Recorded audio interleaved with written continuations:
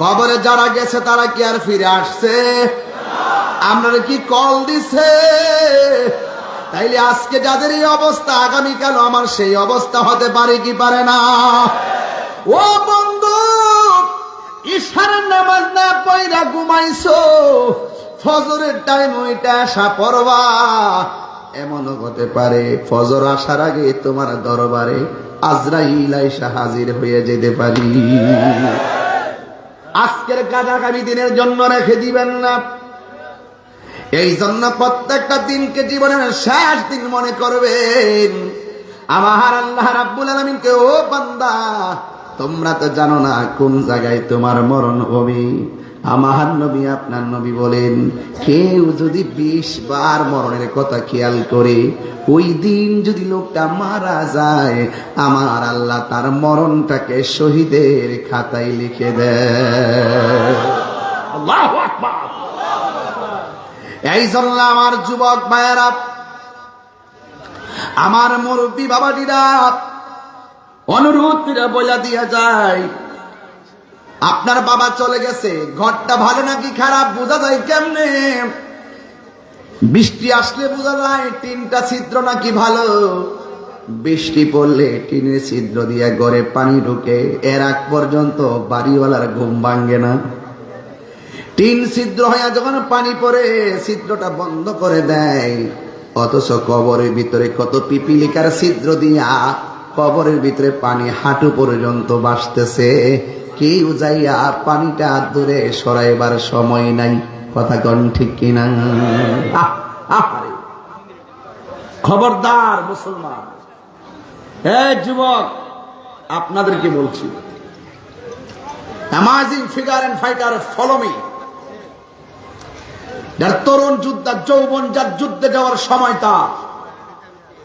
আমি আপনাকেই বলছি, একটা ছেলে এখানে সঙ্গীত গেয়েছে, একটা ছেলে এখানে নাত রাসূল গিয়েছে। এই ছেলেটা যদি মাদ্রাসায় লাইন থেকে পড়ে এসে যদি সর্বোচ্চ পর্যায়ে যেতে পারত, এই ছেলেটা মাঠ কাঁপাত। অভিভাবক যারা আছেন, সতর্ক থাকুন। যুবক, তোমাকে বলছি, তোমার ইচ্ছার উপর অনেক কিছু নির্ভর করবে। হাসরের ময়দান যেদিন কায়েম হবে, 7 প্রকারের মানুষকে আমার আল্লাহ আরশে আজিমের নিচে ছায়া দিবে। এর মধ্যে এক শ্রেণীর মানুষ হলো যৌবনে যার ইবাদত বেশি। জোরে কন্যা সুবহানাল্লাহ। আমি তো দেখতেছি এখানে প্রায় 75% যুবক। এই যুবকগুলো যদি আজকে ওয়াদা করে আমরা কালকে থেকে 5 ওয়াক্ত নামাজ পড়ব, এই এলাকার মধ্যে আরো 3টা মসজিদ করার প্রয়োজন হবে। ফজরের নামাজে 20 জন লোক পাওয়া যায় না। কথা কন না কেন? আসরের নামাজে 12 জন লোক পাওয়া যায় না। ঘটনাটা কি? আমার মাথায় পাগড়ি আছে, আমি নামাজ পড়বো। পাঞ্জাবি আছে, মাদ্রাসায় পড়ছে, আমি নামাজ পড়বো। এই নামাজটা সবার জন্য ফরজ। আপনি হয়তো জানেন না নামাজের মজা কি। নামাজের মজাটা আপনি জানেন না, দিকে পড়েন না। রাসূল বলেন, যারা নামাজের জন্য দাঁড়াইবার আগে উযু করে, বিসমিল্লাহর সাথে যখন হাতটা ধৌত করে, হাতের পানিগুলো যখন মাটিতে পড়ে, তার হাতের গুনাহগুলো উযুর পানির সঙ্গে মাটিতে পড়ে যায়। যেরকম আল্লাহু আকবার। যখন সে কুলি করে, কুলির পানির সঙ্গে তার গুনাহগুলো মাটিতে পড়ে যায়। এখন আমার সমাজে বহুত উযুকারী আছে, উযু করে, কুলিও করে, মুখও ধৌত করে, নামাজও পড়ে, কপালে দাগও ভালাইছে, প্রথম কাতারও নামাজ পড়ে। খবর নিয়ে দেখলাম সুদ খায়।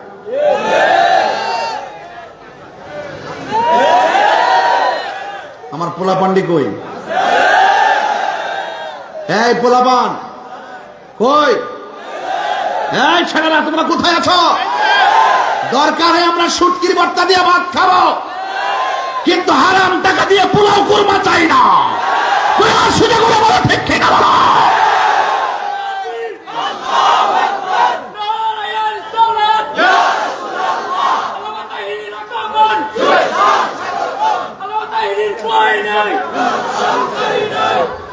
আল্লাহু আকবার, জোরে কর।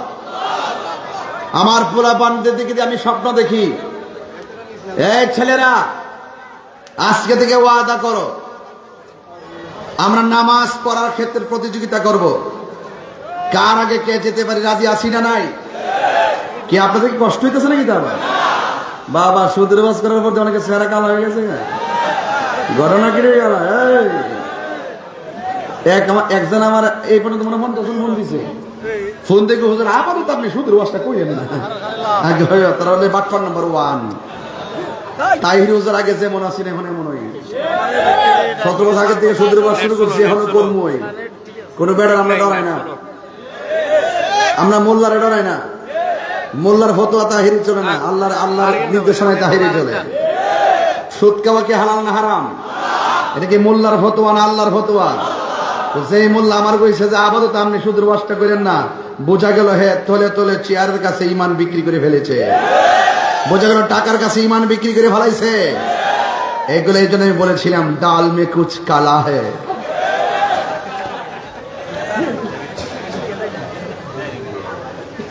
সুদের বাস করতে যে মজা লাগে আমার কাছে, মন ডাকো।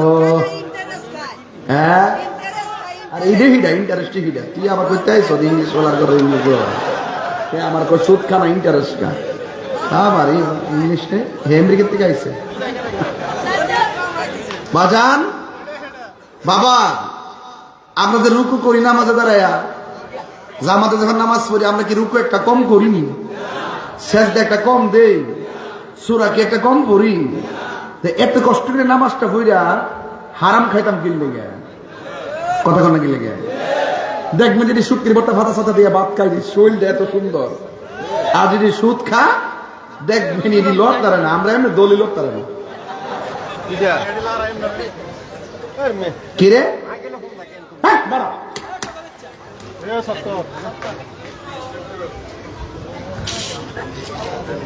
এই ডরেছ না? ডরেস না, আমি এমনি দিছি, আমি তাই রোজ। ডরেস না, তুই ডরেস না।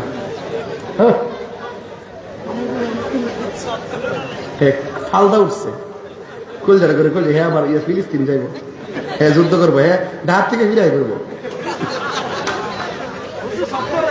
বাজান কি কষ্ট হইতেছে আপনাদের? হারামের মধ্যে কি নাই? আর জোরে পেন, হারামের মধ্যে কি নাই?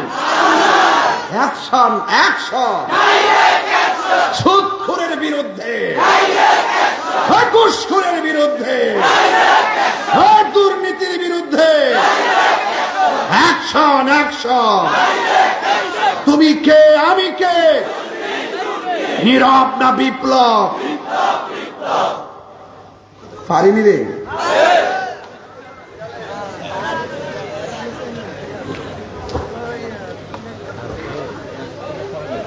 তবে এটা সত্য, তাহিরুজের যখন একটু হাসি মুখে থাকে সবাই একটু আনন্দ পায়, আবার তাহিরুজ একটু কঠিন হয়ে যায় তখন সব সোজা হয়ে যায়। তবে একটা কথা বলে দিয়া যায়, সুদখোরকে না বলুন। সুদখোরকে কি বলুন? না বলুন।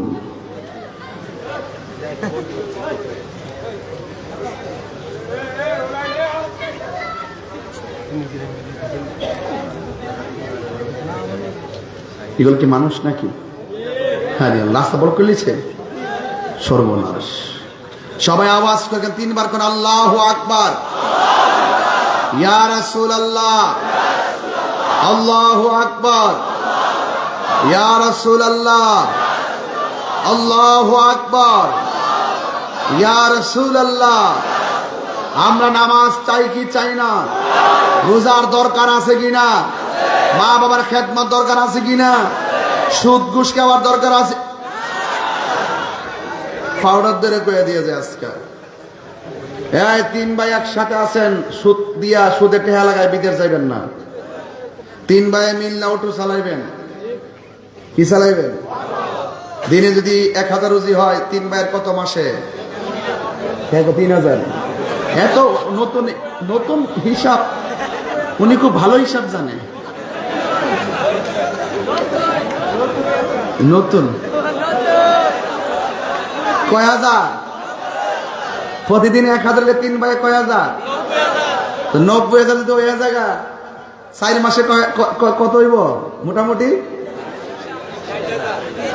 60,000 বুঝলে বুঝছি আপনার এলাকায় খুব পড়া ও হিসাব 3,60,000 3,60,000 দিয়া 4 লাখ মিলে দিলে একটা বাইরে বিদেশ পড়াইবেন দিবে বাইর থাকবেন মায়ের খাইলেও মনের মধ্যে কোনো দুঃখ আর কষ্টের টাকা দিয়া বিদেশ গেলে এই টাকার ভিতরে বরকত হবে আর হারাম দিয়ে যদি বিদেশ যান এই টাকায় বরকত নাই চাকরি নাই টাকার মধ্যে বরকত নাই যেমন যুবক বিয়া করার সময় কয় আমার ইটা লাগবে হিটা লাগবে বাইক লাগবে প্রাইভেট কার লাগবে এসব যৌতুক লোয়ার ভরে 3 দিন পর ওই ললো না একবারে ডিভোর্স দিয়া জায়গা কি লেগে জায়গা ওই যে শুরু হয়েছে হারাম দিয়া হারামের মধ্যে আরাম নাই কথা কন ঠিক কিনা এই পোলাপান যৌতুক নিয়ে বিয়ে করা চলবে ভিক্ষা করিস না পোলাপান আল্লাহর কাছে বলবেন আল্লাহ আমরা এমন টাকার মালিক বানাই দাও যেন আমি সাজায় আনতাম পারি রাজি আসেননি সবাই ইনশাল্লাহ রাজি আসেননি দেশ উল্টে গেছে হিসাব হইলে জামার ভাই তাই বউ আইতের বাড়ি এরা খাই বৌলিমা আর এই জায়গা জামার পক্ষ থেকে বোর বাইর যায় 300-400 বরযাত্রী পৃথিবীটা উল্টে গেছে শান্তি কেন আসবে আমরা নিজের মাথায় নিজে কুড়াল মারছি তাই শান্তি আসছে না কথা বলেন ঠিক কিনা দেখছেন না ইরান আক্রমণ করছে অন্যান্য ক্ষমতাসীন রাষ্ট্রগুলা চুপচাপ মুনাফিক নাম্বার 2 এই মুহূর্তে যদি এক ইরান কাফাই লেগেছে যদি এই মুহূর্তে যদি সব দিক ক্ষমতার মুসলমান রাষ্ট্র যদি একসঙ্গে যদি পরে জিরাই বইব ইসরায়েলের উপরে যদি একসাথে চালাইতো ইসরায়েল মাটির সঙ্গে মিশে যেত কথা বলেন ঠিক কিনা একমাত্র আমাদের সমাজ অধপতনে যায় কাজে আমরা সমাজ আমার সমাজ আপনার সমাজ সব সমাজ অধপতনে যাওয়ার মূল কারণ সমাজের মধ্যে কিছু মুনাফিক আছে তাদের কারণে রাসূল বলেন আমি দেখতেছি কবরের ভিতরে আযাব হচ্ছে কি হচ্ছে নবী দেখার ক্ষমতা আছে না নাই এই বিশ্বাস কার কার নাই হাত তোলেন সবার আছে এলাকার মানুষ অনেক নবীর পাগল বুঝালাইছি ঠিক না একটা জবান বন্ধ রাখিবেন না মহব কি কষ্ট হচ্ছে আপনাদের একটা জবান বন্ধ রাখিবেন না মহব্বতে মায়ার সুরে বলুন সুবহানাল্লাহ আমার নবী আপনার নবী রহমাতুল লিল আলামিন তিনি দেখতেছেন কবরে আযাব হচ্ছে ওই মুহূর্তে সাহাবায়ে কেরামকে আমার নবী বলেন সাহাবীরা রে ও সাহাবীরা খেজুরের ডাল নিয়ে আসো খেজুরের ডাল নিয়ে আসলেন আমার নবী 2টা কবরের ভিতরে 2টা ডাল লাগাইলেন লাগানোর পরে আমার নবীকে প্রশ্ন করা হয় ইয়া রাসূল আল্লাহু আকবার শুরু হবে ইয়া রাসূলুল্লাহ নবী গো ও মায়ার নবীজি আপনি কেন ডালগুলো লাগাইলেন এবার আমার নবী আপনার নবী বলে সাহাবীরা রে আমি নবী যাহা জানি তোমরা তা জানো না আমি নবী যাহা শুনি তোমরা তা শোনো না আমি নবী যা দেখি গো তোমরা তা দেখো না আমি নবী যখন গোরস্থানের পাশ দিয়া যাচ্ছি আমি দেখতেছি 2টা কবরে আযাব হচ্ছে আমি এই ডালগুলো কেন লাগাইছি জানো নি এই ডালগুলো যতদিন পর্যন্ত কাঁচা থাকবে ততদিন পর্যন্ত আমার আল্লাহ রাব্বুল আলামিন কবরের আযাবকে হালকা করে দিবে তাইলে আমরা দলিল পাওয়া গেলাম কবরের চারপাশে ডাল যে লাগাই জায়েজ আছে না না ওয়া ইয়াতাফাক্কারুনা ফি খালকিস সামাওয়াতি ওয়াল আরদ আসমান এবং জমিনের মধ্যে যাহা আছে সব কিছু আমার আল্লাহর জিকির করে এই জন্য যুবক ভাইয়েরা আমার আল্লাহকে নিয়ে গবেষণার দরকার আছে না নাই এরপরে নবীরে প্রশ্ন করি ইয়া রাসূল আল্লাহ নবী গো ও মায়ার নবীজি আপনি যে বললেন ডাল জিন্দা থাকলে কবরে আযাব হালকা হবে আমরা জানতাম চাই এই কবরের মধ্যে কোন কারণে আযাব হইতেছে আমার নবী বলে উম্মত উম্মত উম্মত কবরের ভিতরে কেন আযাব হইতেছে জানোনি? ওই কবরে একটা কবরে আযাব হইতেছে, সে প্রস্রাব কইরা পবিত্রতা অর্জন করত না, মানে প্রস্রাব কইরা পানি নিত না, প্রস্রাব কইরা বিনা কুলুপ নিত না। এই প্রবণতাটা যুবকদের মধ্যে বেশি পাওয়া যায়।